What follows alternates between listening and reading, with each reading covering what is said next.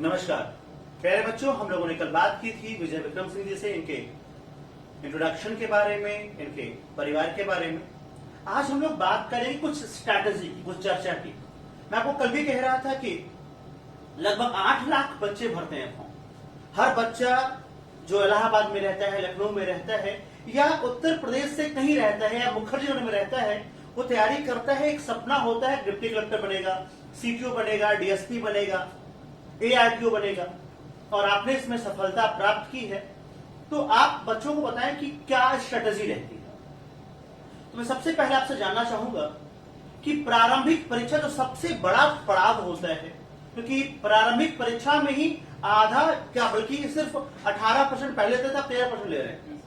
तो अभी भी 13% ही है, 13 गुना लेते हैं। जितनी सीटें होंगी उसका 13 गुना। अगर 300 सीटें हैं तो लगभग 3900 को लेंगे वो मेंस में। यानी 8 लाख में से सिर्फ 4000 मेंस में जाएंगे, 7,96,000 लोग बाहर हो जाएंगे। तो ये सबसे बड़ा गेम तो प्रीलिम्स का है और सबसे बड़ा तिलिस्म भी प्रीलिम्स का है। तो मैं आपसे जानना चाहता हूं कि प्रीलिम्स का जो तिलिस्म है, जो चक्रव्यूह, उसको कैसे तोड़ा जाए, क्या किया जाए ऐसा कि प्रीलिम्स का चक्रव्यूह टूटे बच्चों से हमारे। आप प्लीज बताएं बच्चों। जैसा कि हम जानते हैं कि जो प्रीलिम्स परीक्षा होती है उसमें 2 पेपर आते हैं जी। पहला जीएस का होता है, दूसरा सीसेट का होता है। और सीसेट क्वालिफाइंग होता है, सभी को ज्ञात है। तो अगर पहले सीसेट की बात करें तो उसके लिए मेरी रणनीति ये रही कि सीसेट में सिर्फ इतनी मेहनत कर लिए जिससे पेपर आसानी से क्वालिफाइंग हो जाए। तो सर इसके नंबर होते नहीं है इसमें आने के लिए। तो सर उसके लिए मैंने ये अपनाया कि मैंने इसमें हिंदी और अंग्रेजी 2 चीज का पोर्शन में मजबूती से मेहनत की, और ये बच्चों को करना भी चाहिए। अगर उनकी हिंदी और इंग्लिश, क्योंकि इसमें दोनों के अच्छे सवाल होते हैं, और साथ में अगर रीजनिंग में थोड़ी मेहनत कर ली जाए तो कम से कम बच्चे इस स्थिति में होते हैं कि वो इसका सीसेट का पेपर आसानी से क्वालिफाई कर सके। अगर किसी को मान लीजिए गणित में समस्या है, उससे वो बचना चाहता है, तो ये 3 सेक्शन करके भी वो सीसेट पेपर को पास कर सकता है। तो आपने सुना कि अगर सीसेट सिर्फ जो क्वालिफाइंग है तो हमें इसके लिए सिर्फ छोटा सा काम करना है, उसका हिंदी वाला सेक्शन मजबूत करना है और बहुत मजबूत करना है। हिंदी में कैसे सवाल आते हैं, क्या क्या सवाल होते हैं? सर हिंदी में आसान सवाल होते हैं, मतलब मुख्यतः ग्रामर से होते हैं। मुख्यतः ग्रामर से पर्यायवाची हो गया, विलोम हो गया, समानार्थी शब्द हो गए। तो ये साधारण, तो ये तैयार करना बहुत मुश्किल नहीं है ऐसा। नहीं सर, ये किया जा सकता है, बहुत कह सकता है, बहुत इजी कह सकता है। अमूमन इसके प्रश्नों की संख्या 20-22 प्रश्न, जहां तक मेरा ख्याल है 20-22 प्रश्न तो होते हैं हिंदी के। जब लगभग 20 से 22 प्रश्न हिंदी के, 20 से 22 प्रश्न हिंदी के होते हैं, हैं, लगभग 20 से 22 प्रश्न अंग्रेजी के भी, इंग्लिश के, क्योंकि अंग्रेजी के ग्रामर के साधारण सवाल होते हैं। हाँ, बहुत बेसिक सब प्रीपोजिशन वगैरह होता है, डायरेक्ट इनडायरेक्ट होता है, नरेशन वगैरह होता है, आर्टिकल वगैरह होता है। तो अगर आप इस बात को समझिए कि आपको सिविल सेवा में जाना है और आपका सपना सिविल सेवक बनना है, तो आपको दोनों भाषाओं पे समान अधिकार होना ही चाहिए। थोड़ा सा आप अगर हिंदी के 20-22 तो बहुत सिंपल सा जब होता था कि पर्यायवाची बहुत मुश्किल तो नहीं, शब्द विलोम बहुत इजी है, मुहावरे वगैरह आते हैं वो बहुत इजी है। इंग्लिश में क्या पूछता है? Narrations, direct indirect, articles, prepositions, translation वगैरह यही तो पूछता है। तो और उसमें वर्तनी वगैरह चेक करता है। तो इसके अलावा अगर आपकी गणित में बड़ी रुचि नहीं, जैसे कई बार लोग क्या कहते हैं कि सिविल सेवा में अमूमन आर्ट्स बैकग्राउंड के लोग जाते हैं, हालांकि अब तो ऐसा नहीं रहा। अब तो मैक्सिमम जो इंजीनियरिंग फील्ड के लोग हैं वो भी आ रहे हैं सिविल सेवा में, और वो लोग ज्यादा आ रहे हैं। तो अगर आपका लगता है मैथ्स बहुत वीक है तो आप उसमें सीसेट में हिंदी और इंग्लिश पे फोकस करें और थोड़ा सा रीजनिंग पे फोकस कर लें। और क्वालिफाइंग है, इससे आपकी मेरिट बननी नहीं है तो क्वालिफाई कर लेंगे, ठीक है। तो जो सबसे बड़ा गेम होगा अब वो होगा जीएस का।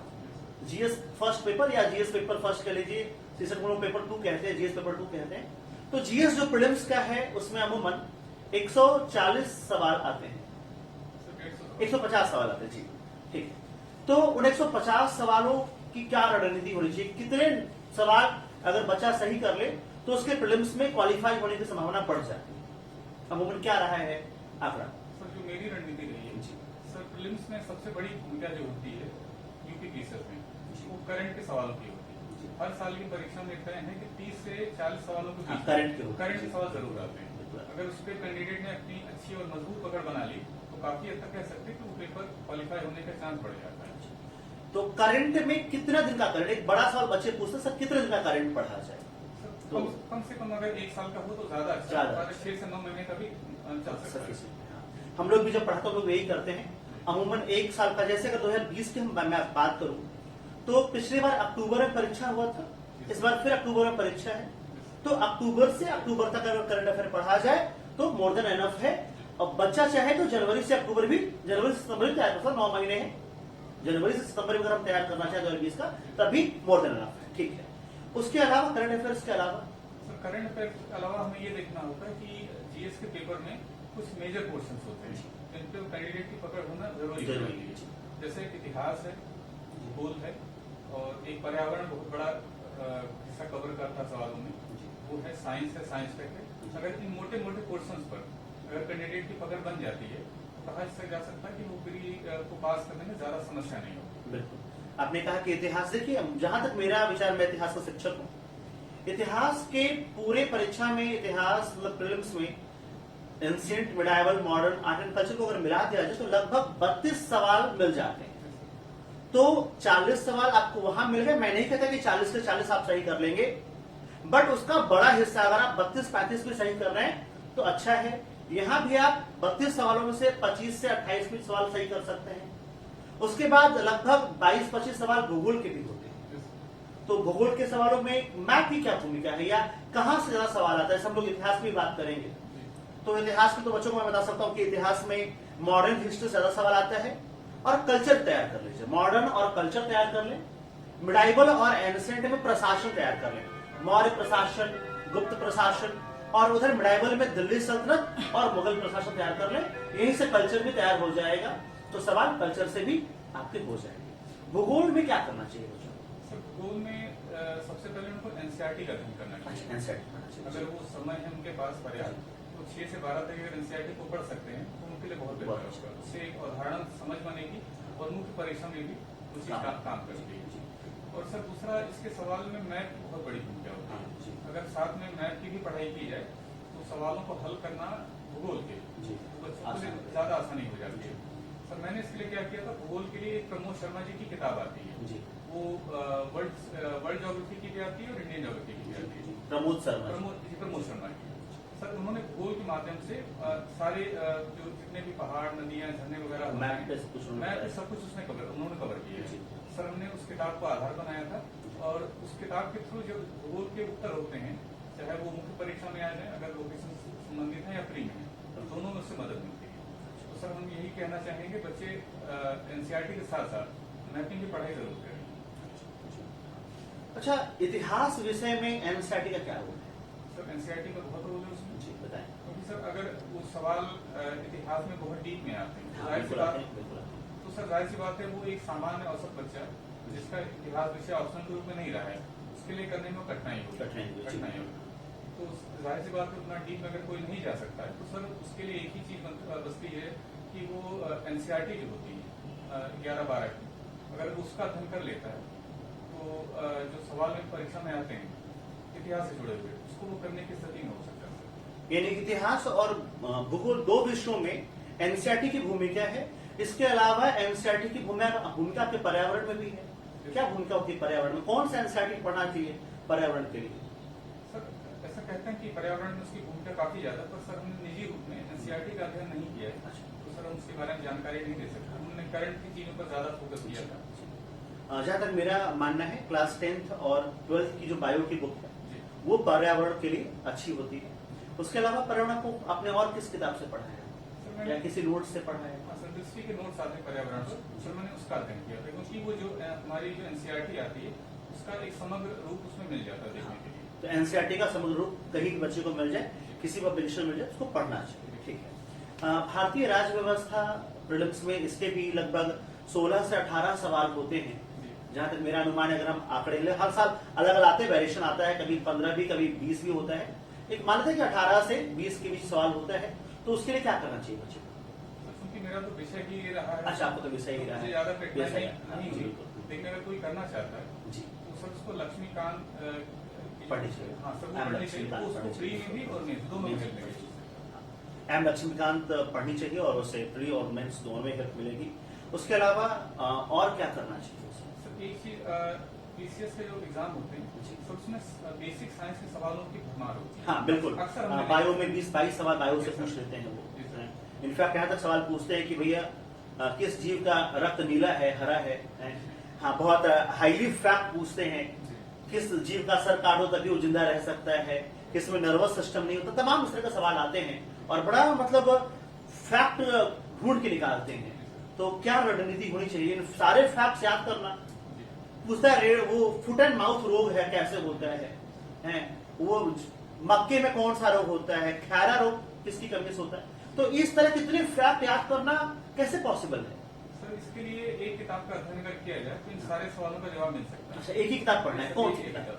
सर ये लूसेंट की बुक आती है हाँ, जनरल साइंस। जनरल साइंस जी। की। सर एक तो सामान्य बुक आती है, इसमें सारे विषय दिए रहते हैं। हाँ। एक थोड़ी मोटी होती हाँ, है, उसमें समान विज्ञान आती है। सामान्य विज्ञान। जी। सर उसमें हर सेक्शन होता है, उसमें कृषि भी होती है हाँ। और उसमें भौतिकी, रसायन और जीव विज्ञान भी होता है। जी। तो सर मैंने निजी रूप से उसी का अध्ययन किया था और उसमें मुझे अगर साइंस के 20 या 22 सवाल होते तो औसतन 15 सवाल तक उसके हिसाब से कैंडिडेट कर सकता है। तो क्या उसको याद करने की जरूरत पड़े? कई बार बच्चा कहता है सर याद तो करते भूल जाते हैं। जी। ये बड़ी बीमारी है, याद करते फिर भी भूल जाते हैं। क्या किया जाए इसके लिए? आपने प्रीलिम्स में भाई फैक्ट तो सबको क्वालिफाई करना रहा होगा, जी। तो कैसे आपने इतना सारा फैक्ट कैसे दिमाग में रखा है एक साथ? सर उसके लिए हमने ये किया था, पहले हमने उस थोड़ा समय लगता है उस बुक में, थोड़ी मोटी है। तो पहले हमने उसके एक बार उस किताब का अध्ययन कर लिया। जी। उसके बाद उसमें हर सेक्शन के पीछे ऑब्जेक्टिव टाइप के सवाल दिए हुए हैं। जी। अगर कैंडिडेट ने एक बार उसकी पढ़ाई कर ली है और जब परीक्षा के समय में सिर्फ पीछे के जो सवाल होते हैं सिर्फ उनको वो देख लेता है, एमसीक्यू रिवाइज कर लेता है, तो सर वो कॉन्सेप्ट अपने आप क्लियर हो जाते हैं और सवाल हल करने में दिक्कत नहीं है। बहुत बढ़िया। तो प्रीलिम्स में इसके अलावा भूगोल की लोग बात करते हैं, भूगोल में भी वर्ल्ड ज्योग्राफी से ज्यादा सवाल आता है इंडियन से या फिजिकल से? सर ज्यादा सवाल तो इंडियन और फिजिकल से होते हैं। अच्छा, तो कैसे तैयार किया जाए इंडियन ज्योग्राफी को तैयार करने के लिए? कोई और अच्छा सोर्स? एनसीईआरटी आपने बताया, एनसीईआरटी के अलावा और कोई सोर्स जिसको आपने फॉलो किया? हमने एक एनसीईआरटी को फॉलो किया था और दूसरा हमने मैप पे काफी काम किया था। मैप बहुत जरूरी है। वो पूछता है कि भाई ब्रह्मपुत्र नदी कहाँ से पता होना चाहिए, कहाँ से निकलती है और उसको तिब्बत में क्या कहते हैं और भारत में क्या कहते हैं, बांग्लादेश में क्या कहते हैं।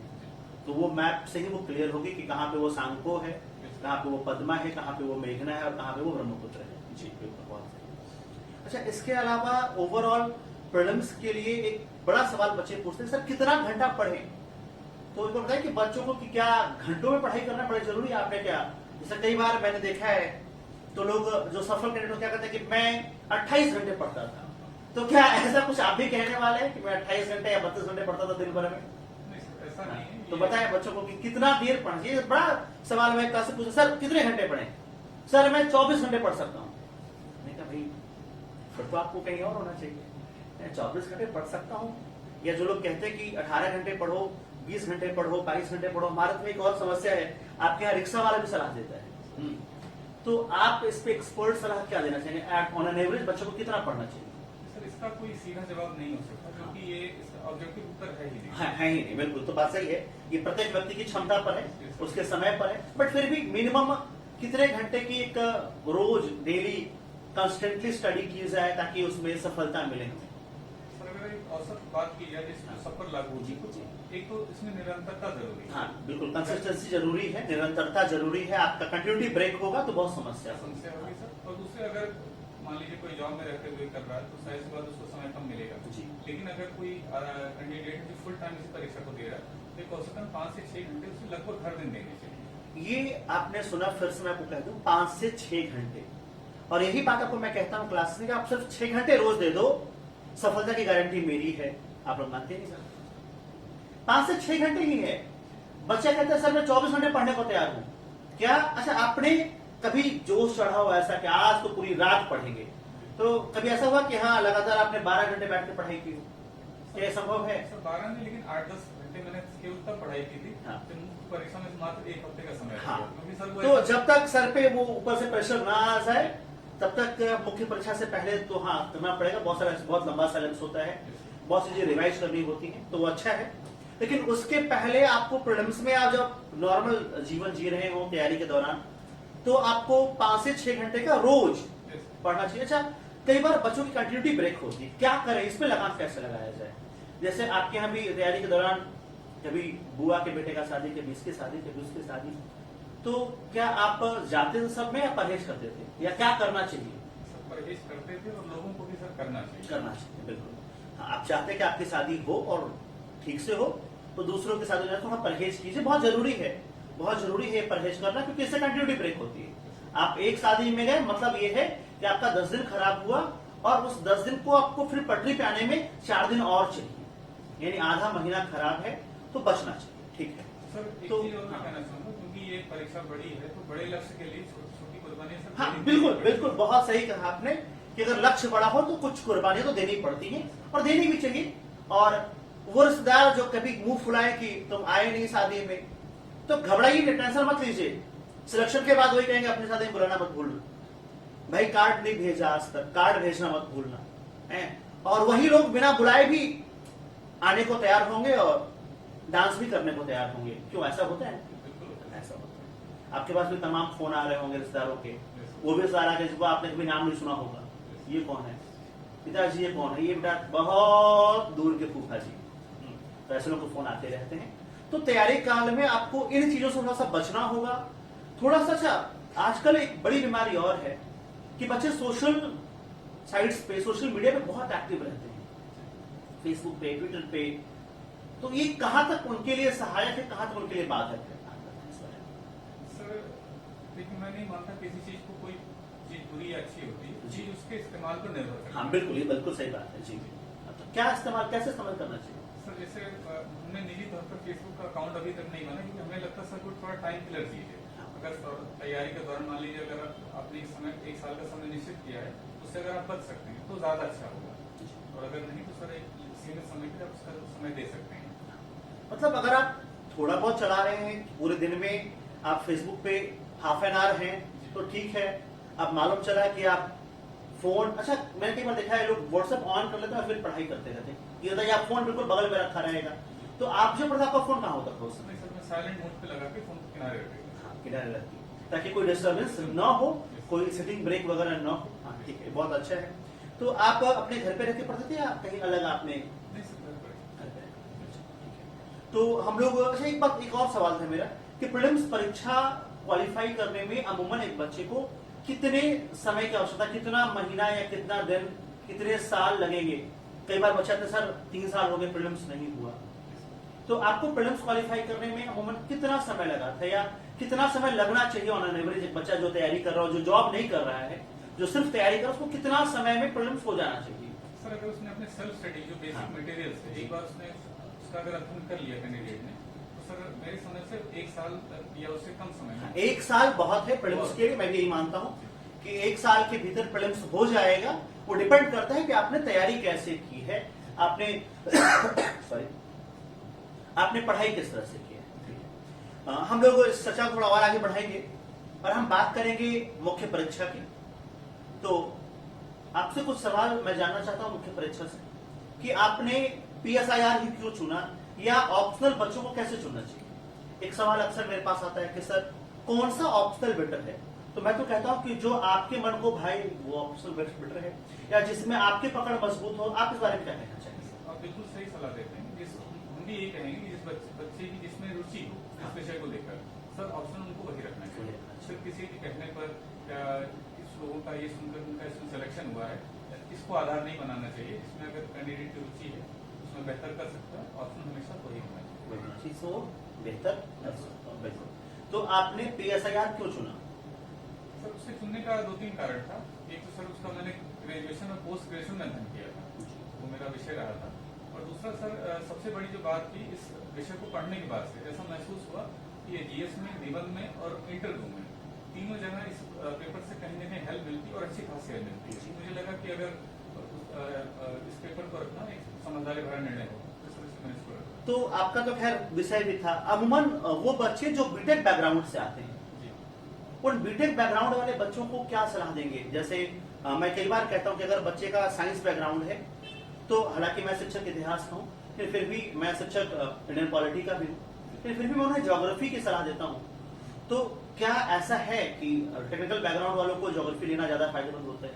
आप क्या कहना चाहेंगे? बिल्कुल, क्योंकि जो ज्योग्राफी सब्जेक्ट है उसकी प्रकृति या नेचर कुछ ऐसा है कि वो साइंस के सब्जेक्ट जैसा ही मिलता मिलता है जी। उसमें डायग्राम बनाने को होते हाँ, हैं बिल्कुल। और ये क्या कहते हैं साइंटिफिक उसके सवाल होते हैं। हाँ, हाँ। उत्तर में भी एक क्या कहते हैं ज्यादा वेरिएशन नहीं सब्जेक्ट पर, तो सर उसको रखा जा सकता है। अच्छा, तो अमूमन मुख्य परीक्षा में आपके सोर्स ऑफ स्टडी क्या था? स्टडी मटेरियल का सोर्स क्या था? कैसे आपने तैयारी किया मुख्य परीक्षा का? सर मेरी प्रारंभिक परीक्षा मुख्य परीक्षा में ज्यादा फर्क नहीं रहा सर। मेरे पास दोनों के नोट्स एक ही हैं। अच्छा जी सर हमने एक ही नोट्स बनाए थे। बस जब प्रारंभिक परीक्षा आती थी सर उसमें हम तथ्यों का अध्ययन ज्यादा करते हैं, फैक्ट्स का, उसमें वो पूछे जाते हैं। और मुख्य परीक्षा में जो एनालिटिकल क्वेश्चन होता है उस पर ध्यान देते हैं। अप्रोच पर ध्यान देते हैं, कौन सा ध्यान देते हैं। एक और सवाल आता है कि सर नोट्स कैसे बनाया जाए, तो क्या किया आपने, कैसे आपने नोट्स बनाया? सर नोट्स बनाने हमने इंटरनेट में जो संसाधन उपलब्ध हैं जी सर उसका हमने काफी इसमें इस्तेमाल किया है। सर उसके थ्रू हमने नोट्स बनाए हैं। और तमाम बच्चे, जैसे बहुत सारे बच्चे भी हमारे अनअकैडमी में ऑनलाइन जुड़े हैं, तो उनको आप क्या सलाह देना चाहेंगे, उनको क्या करना चाहिए? सर उनको करना चाहिए, एक तो सर मोबाइल का इस्तेमाल जरूर करना चाहिए, खासतौर से नेट का परीक्षा के दौरान। पर उनको कुछ चीजों से बचना होगा कि उसमें वो ज्यादा इंडल्ज ना हो, क्योंकि आजकल इतनी साइटें हैं, इतने सारे प्रोग्राम्स अगर अवेलेबल हैं, बच्चे कहीं ना कहीं उसमें खो जाते हैं। बिल्कुल, इतना सारा ज्ञान का भंडार है यूट्यूब पे, और वो ऑथेंटिक कितना है आज भी एक चर्चा का विषय है। यूट्यूब पे जो लोग पढ़ा रहे हैं वो कितना पढ़ा रहे हैं, कैसे पढ़ा रहे हैं, और उसमें कितना सत्य है, कितना तथ्यों को तोड़ मरोड़ के पेश किया है, या कितना गलत फैक्ट भी मैं देखता हूँ अक्सर लोग पढ़ा देते हैं क्योंकि वहां कोई जवाबदेही नहीं होती है। तो उन्हें अपनी क्लासेस पे फोकस करना चाहिए। आपके लिए भी क्लास नोट्स कितने हेल्पफुल थे, या क्लास नोट्स की क्या भूमिका होती है सिलेक्शन में? सर क्लास नोट्स की काफी भूमिका होती है, क्योंकि सर एक तो वो हमें विषय की अच्छी समझ देते हैं। सर इसके क्लास नोट जरूर होना चाहिए, लेकिन क्लास नोट्स पर पूरी तरह निर्भर नहीं रहा जा सकता, क्योंकि कई बार अगर वो जो नोट्स हमने क्लास के लिए हैं अगर वो करंट के विषय से जुड़े हैं तो सर क्लास नोट्स को एक समय के बाद लगातार अपडेट करने की आवश्यकता होगी। बिल्कुल। तो सर आधार के लिए क्लास नोट जरूरी है, पर उसको लगातार अद्यतन करना, अपडेट करना ये कैंडिडेट का काम है, उसे लगातार करना। तो आपको लगातार जो है अपने नोट्स को अपडेट करना होगा, और ये अपडेशन बहुत अनिवार्य है कि आप जो भी नोट्स क्लास का पढ़ें उसको आप लगातार समय साथ अपडेट। जैसे अगर मान लीजिए आप साइंस पढ़ रहे हैं तो कुछ भी नया खोज हुआ डिफेंस में उसको ऐड कर लिया, स्पेस में ऐड कर लिया। इंडियन पॉलिटी पढ़ रहा हूँ, कोई भी नया संशोधन हुआ, नया बिल आया, तो उसे हम लोग वहां पे ऐड कर सकते हैं। कुछ इस तरह से नोट्स बनाए जाए, कितनी स्पेस हो, इतना जगह हो कि आप उसे अपडेट कर पाए। अमूमन कितना समय, एक आदर्श समय होता है मुख्य परीक्षा की तैयारी के लिए? मुख्य परीक्षा में समय कम मिलता है। हाँ, प्रारंभिक परीक्षा के बाद अमूमन 3-4 महीने ही मिलते हैं। उसके सर 3 महीने मिलते हैं जी। तो सर और ये परीक्षा भी 5 दिनों के अंदर ही संपन्न कराई जाती है। तो सर परीक्षा देने के दौरान भी समय कम मिलता है, उसकी तैयारी के लिए समय कम मिलता है। तो क्या स्ट्रेटेजी क्या, और टाइम कैसे मैनेज किया जाए? सर टाइम ऐसे कि एक तो मुख्य परीक्षा की तैयारी प्रारंभिक परीक्षा के पहले आदर्श स्थिति की हो जानी चाहिए, क्योंकि सर उसके बाद ना समय नहीं मिलता है कि प्रारंभिक परीक्षा के रिजल्ट आने के बाद उसकी तैयारी की जाए। तो कोशिश ये होनी चाहिए कि मुख्य परीक्षा की तैयारी प्रारंभिक से पहले हो जाए। प्रारंभिक परीक्षा का परिणाम आने के बाद जो समय मिलता है उसमें विद्यार्थी यही काम कर सकता है कि जो उसने तैयारी की उसका लगातार रिवीजन करे और राइटिंग प्रैक्टिस करे, क्योंकि जो इस परीक्षा का जो मेन आधार है सिलेक्शन का वो सिर्फ राइटिंग प्रैक्टिस ही है। मुख्य परीक्षा में अच्छे ला के ही उसमें सफलता प्राप्त की जा सकती है। यानी इसमें सफलता का जो मुख्य आधार है वो मुख्य परीक्षा ही है। तो आपने कैसे तैयारी की थी मुख्य परीक्षा की? आपने आंसर राइटिंग के लिए क्या किया था? सर आंसर राइटिंग के लिए आजकल कई साइट्स पर सवाल अवेलेबल हो जाते हैं, हर दिन की प्रैक्टिस के लिए कैंडिडेट को दिए जाते हैं। तो सर उन सवालों को हम चुनते थे और आपको या जो और टीचर से जुड़े हुए हैं सर उनसे हम उत्तरों को चेक कराते थे। वो उसका मूल्यांकन बहुत आवश्यक है सर। उस फीडबैक के आधार पर हम उसमें संशोधन करते थे और उसी को आधार बनाते हुए सर हमने मुख्य परीक्षा में उसको अप्लाई किया और सर काफी बेहतर रिजल्ट आया। अच्छा, आपने इंटरव्यू के लिए क्या किया? इंटरव्यू की तैयारी कैसे करनी चाहिए, क्या करना चाहिए, किस पे फोकस करना चाहिए इंटरव्यू में? तो कुछ बताएं बच्चों को। इंटरव्यू उसका आखिरी चरण होता काफी महत्वपूर्ण होता है। ये अलग बात है सर, इस बार से 200 की जगह 100 नंबर का है, यानी महत्ता कहीं ना कहीं कम की गई है इंटरव्यू की, और अभी भी मुख्य परीक्षा ही है आपकी सफलता का मूल आधार। एक तो प्रारंभिक परीक्षा जहां आपको 8 लाख की रेस से दौड़ते हुए उन 4000 में शामिल होना है, या उन 8000 में 6000 में शामिल होना है, और उसके बाद आपको वो फाइनल 300, 400 या 1000 में शामिल होना है। तो क्या किया आपने मुख्य इंटरव्यू के लिए? आपने क्या किया? इंटरव्यू के लिए ये किया कि मुख्य परीक्षा का रिजल्ट आने के बाद सर इंटरव्यू में जो रिक्वायरमेंट्स होती हैं, जैसे कैंडिडेट का बायोडाटा वगैरह तैयार होना चाहिए, जी। उससे जुड़े जितने पक्ष होते हैं, बायोडाटा से सवाल आते हैं। बायोडाटा सवाल उसका तैयार होना चाहिए। और सर करंट के मुद्दों पर हमने ग्रुप में चर्चा की और अनअकैडमी की हमने हेल्प ली, आपसे हमने निजी तौर पर मार्गदर्शन लिया हाँ, सर। जी। तो सर इन चीजों से हमें काफी मदद मिली। और सबसे गुरु की इसमें सबसे बड़ी भूमिका ये होती है कि जब इंटरव्यू में आपसे सवाल पूछे जाएंगे, कई बार वो विवादास्पद सवाल पूछते हैं, तो किस सवाल के संदर्भ में अपना कैसा मत रखना, क्या मत रखना है, जी सर, इस चीज में टीचर्स की बहुत बड़ी भूमिका होती है। सर इन सब चीजों को आधार बनाते हुए सर हमने अपने इंटरव्यू की तैयारी की, तो सर ठीक रहा इंटरव्यू इस वजह से। हाँ बिल्कुल, अगर फाइनल सिलेक्शन हुआ तो कहीं ना कहीं वो इंटरव्यू की भी भूमिका थी उसमें और मुख्य परीक्षा की भी भूमिका थी। तो ओवरऑल आप कुछ फाइनल संदेश देना चाहेंगे बच्चों को, क्या करना चाहिए क्या नहीं करना चाहिए? कुछ फाइनल 2-4 टिप्स बच्चों को मैं चाहता हूँ कि आप दें ओवरऑल। सर हम यही कहना चाहेंगे कि बच्चों को पहली बात तो अपनी विल पावर मजबूत करनी चाहिए। हाँ, बिल्कुल। जो खबरें चल रही हैं उन पर ध्यान न देते हुए कि सिलेक्शन अगर आप कैंडिडेट ने मेहनत की है ईमानदारी पूर्वक तो सिलेक्शन से जरूर होगा। बिल्कुल जी सर। और दूसरी बात ये कि इसमें चूंकि परीक्षा का पैटर्न अब बदलाव काफी हो चुका है, प्रारंभिक परीक्षा और मुख्य परीक्षा को अलग अलग मान के नहीं चलना चाहिए। हाँ बिल्कुल, एकीकृत रूप में तैयारी करने की जरूरत है। कॉम्प्रिहेंसिव स्टडी करना चाहिए और उसी से सिलेक्शन होगा। जी और बताएं। और अपने नोट्स को लगातार अपडेट करना है और सर करंट पर खास ध्यान देना है। ये करंट की भूमिका प्री मेंस और तीनों में बनी जी, तो इस पे आपको ध्यान देना है। अच्छा, इसके बाद कई बार बच्चे पूछते हैं सर कौन से बच्चे पूछते हैं सर हिस्ट्री में कौन कौन से बुक पढ़ लें, तो मेरा ये मानना है कि कौन कौन सी बुक मत पढ़िए। आप 10 किताबें पढ़ने की बजाय एक किताब को 10 बार पढ़िए। आप 20 पुस्तकें पढ़ने की बजाय एक पुस्तक को 20 बार पढ़िए। तो क्या आपने भी यही रणनीति अपनाई थी या आपने 20 बार पढ़ी थी? मैंने यही रणनीति अपनाई और मैंने तो सर किताबों के बजाय अपने नोट्स एक बार तैयार कर लिए, बार-बार मैंने उसी का अध्ययन किया। नोट्स में देखिए, आपको मैं बार-बार कहता हूँ कि एक किताब को 20 बार पढ़िए। आपने अपना एक बार नोट्स बना लिया। अच्छा, एक बार मुझे लगता है कि अपना नोट्स ज्यादा बेटर होता है क्योंकि वो आपकी भाषा में होता है, आप उससे बड़े फैमिलियर होते हैं, आप उसे एक बार लिख चुके होते हैं। तो इस बात को आप समझे, आपने बार बार नोट्स की भूमिका की बात की है। तो बच्चों जब भी पढ़ाई कीजिए नोट्स जरूर बनाएं। आप क्लासेस कहीं मिले, नोट्स बनाना बहुत आवश्यक है, बहुत अनिवार्य है। और कोई टिप्स? और सर इसमें जितना हो सके सर नेट का इस्तेमाल जरूर करें क्योंकि मैटर इतना ज्यादा होता है कि आमतौर पर अगर हम किताबों पर निर्भर रहें तो वो उससे उसकी पूर्ति नहीं हो पाती। और ऐसी साइट्स जैसे राज्यसभा टीवी है, तो उस दिन से जो जुड़े बड़े मुद्दे होते हैं शाम तक उसका एनालिसिस हो जाता है, उसकी तैयारी को डे बाय डे कर सकते हैं। तो सर ये चीजें हैं जो कैंडिडेट का ध्यान रखे, उसकी तैयारी आसान हो जाती है। तो प्यारे बच्चों, आप हम लोग बातचीत कर रहे थे, आपने सुना विजय विक्रम सिंह को। आप सिलेक्टेड हैं as a CTO Uttar Pradesh लोक सेवा आयोग द्वारा आयोजित परीक्षा में 2018 की परीक्षा में, और आपने अपना अमूल्य योगदान दिया, अपना अमूल्य समय दिया हमारे बच्चों को। इसके लिए आपका बहुत बहुत धन्यवाद। और मैं अनअकैडमी परिवार की तरफ से, अनअकैडमी टीम की तरफ से आपको एक बार फिर से बधाई देता हूँ और आपने हमें अपना समय दिया, इसके लिए बहुत बहुत धन्यवाद। Thank you so much.